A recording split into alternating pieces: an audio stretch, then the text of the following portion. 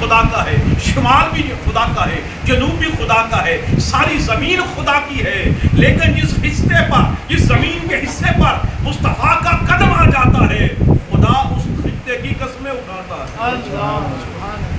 نسبت مصطفیٰ سے چیز عظمت والی ہو جاتی ہے، عرفہ والا ہو جاتا ہے۔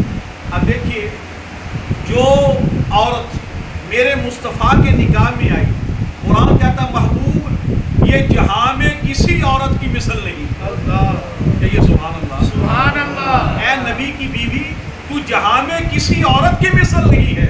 ندان یہاں تکڑیاں اٹھا کے تولتے ہیں کہ مصطفیٰ کا مقام کیا ہے۔ ارے ندانو، خدا کہتا ہے جو مصطفیٰ کی بیوی بن جائے اس جیسی کوئی عورت نہیں، خود مصطفیٰ کا مثل کون ہو سکتا ہے؟ سبحان اللہ۔ فرمایا تم جہاں میں کسی عورت کی طرح نہیں۔ اب دیکھو، دو سگی بہنیں، ایک مصطفیٰ کے نکاح میں آئی ہے، ایک کسی اور کے نکاح میں، خاندان ایک ہے، خون ایک ہے، قبیلہ ایک ہے، گھر ایک ہے، باپ ایک ہے، لیکن جو نکاح مصطفیٰ میں آئی وہ افضل ہے، وہ دوسری بیوی سے اعلیٰ ہے، اس لیے کہ نسبت خون سے نہیں، عزت خون سے نہیں، عزت قبیلے سے نہیں، عزت مصطفیٰ کی نسبت سے ملتی ہے۔ اللہ سبحان اللہ۔ وہ حضور کی نسبت اعلیٰ کر دے، تو جب حضور زمین پر قدم رکھے تو وہ اعلیٰ ہو جائے۔ جو صحابہ نظر مصطفیٰ سے بنے اور جو اہل محمد جگر مصطفیٰ سے بنے، ان کی مثال کون ہو سکتا ہے؟ سبحان اللہ۔ صحابہ بھی افضل ہیں، اہل بیت بھی افضل ہیں، اس لیے کہ دونوں کی محبت کا قبلہ ایک ہے۔ کہیے سبحان اللہ، سبحان اللہ۔ دونوں کی محبت کا قبلہ ایک ہے۔ ارے عظمت صحابہ ہے تو مصطفیٰ کی وجہ سے، عظمت اہل بیت ہے تو مصطفیٰ کی وجہ سے، ان دونوں کو عزت اور مقام ملا ہے، وجہ ایک ہے کہ دونوں کی نسبت میرے مصطفیٰ سے۔ سبحان اللہ۔ اب دیکھیے، بخاری شریف کی حدیث پاک ہے، میرے آقا صلی اللہ علیہ وآلہ وسلم ایک جنگ کے اندر ہیں اور ایک غیر مسلم ہاتھ میں تلوار لے کر میرے نبی کو قتل کرنے کے ارادے سے آیا۔ اب جب وہ قریب ہوا، بدوحا کا چہرہ دیکھا، واللیل کی زلفیں دیکھی، مصطفیٰ پہ قربان ہو گیا۔ سبحان اللہ۔ ان کا دیوانہ ہو گیا۔ عرض کی یا رسول اللہ، آیا تو میں قتل کرنے تھا، لیکن آپ کا چہرہ دیکھ کے آپ کا مرید ہو گیا۔ سبحان اللہ۔ مجھے کلمہ پڑھائیے، آپ اپنا مرید بنا لیجیے۔ گھوڑے پہ سوار ہے، میرے مصطفیٰ نے بھی کلمہ پڑھایا، مسلمان ہو گئے۔ اب اس کے دل میں بات آئی کہ نبی پاک کے قدموں کو چھو لوں۔ اب نیچے آنے کا ارادہ کرتا ہے، رکاب میں پاؤں رکھتا ہے، نیچے آتا ہے، انتقال کر جاتا ہے۔ اللہ۔ اب مجھے یہ بتائیے، وہ صحابی اس نے نمازیں کتنی پڑھی؟ بول کے بتائیے۔ کوئی نماز نہیں پڑھی۔ حج کتنے کیے؟ زکاتیں کتنی دی؟ خیرات کتنے کیے؟ کوئی عمل نہیں کیا، لیکن حضور سے تعلق جوڑ لیا۔ اب شریعت کیا کہتی ہے؟ جو صحابی بن گیا وہ افضل ہے داتا علی لاہوری سے۔ اللہ، کہیے سبحان اللہ، سبحان اللہ۔ جو صحابی بن گیا وہ افضل ہے غریب نواز سے، جو صحابی بن گیا وہ افضل ہے غوث اعظم سے، جو صحابی بن گیا وہ اعلیٰ ہے پاک پتن کے بابا فرید سے۔ اب غوث اعظم کا ریکارڈ کیا ہے کہ 40 سال عشاء کے وضو سے فجر پڑھتے ہیں۔ اب ہے دونوں امتی، ایک امتی 40 سال عشاء کے وضو سے فجر پڑھتا ہے، ایک امتی ایک بھی نہیں پڑھتا۔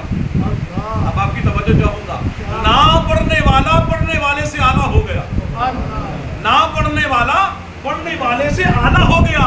آپ بتاؤ اس کو اعلیٰ کیا کس نے؟ صحابی نے نماز تو پڑھی کوئی نہیں، حج تو کیا کوئی نہیں، عمل تو کیا کوئی نہیں، تو جواب یہی آئے گا کہ صحابی عمل سے نہیں محمد کی نظر سے بنتا ہے۔ سبحان اللہ، سبحان اللہ۔ نعرہ تکبیر، نعرہ رسالت، نعرہ رسالت، نعرہ حیدری، نعرہ غوثیہ۔ اب ایک بہت بڑا مسئلہ بھی حل ہو گیا۔ اب ہم نے یہ نتیجہ نکالا کہ صحابی عمل سے نہیں بنا، صحابی عمل سے نہیں بنا۔ بول کے ذرا بولیے، صحابی عمل سے نہیں بنا۔ تو جب صحابی عمل سے بنا ہی نہیں تو صحابی کے عمل پر اعتراض کیوں؟ اللہ، نہیں بات سمجھے آپ؟ آج لوگ اعتراض کرتے ہیں واپس صحابہ کے عمل پر، صحابی نے یوں کیا وہ کیا۔ ارے صحابی عمل سے تو بنا ہی نہیں، یہ تو بنا ہی نگاہ مصطفیٰ سے۔ تو پتہ چلا کسی صحابی پر اعتراض کرنے والا در حقیقت وہ صحابہ پہ نہیں، وہ نگاہ مصطفیٰ پہ اعتراض کر رہا ہے۔ تو یہ مسئلہ پتہ چلا کہ صحابی عمل سے نہیں، محمد کی نظر سے بنا۔ اہل بیت اب ایک نظر سے بن رہا ہے، ایک جگر سے بن رہا ہے۔